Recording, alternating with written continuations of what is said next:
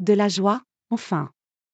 Pour le premier match de Jean-Louis Gasset sur le banc marseillais, l'UM a mis fin jeudi à des semaines de déprime et de résultats négatifs en battant le Shakhtar Donetsk 3-1 au Vélodrome et s'est ainsi qualifié pour les huitièmes de finale de la Ligue Europa.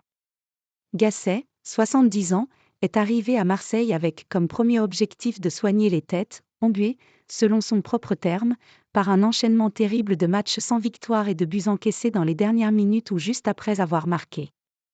Il est trop tôt pour savoir si le traitement est vraiment efficace et on se gardera bien d'avancer que l'OM est guéri.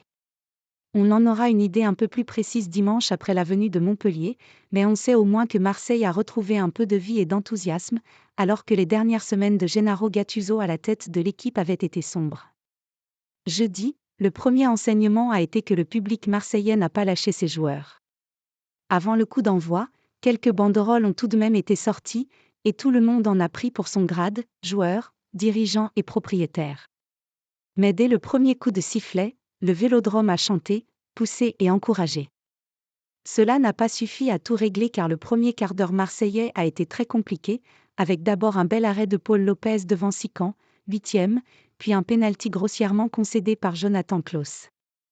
Les choses simples. Le jeune et très talentueux Sudakov l'a transformé, 1-0, 12e, et la mission de Gasset semblait alors encore un peu plus compliquée que quand il a reçu le premier coup de fil marseillais dimanche à 23h30.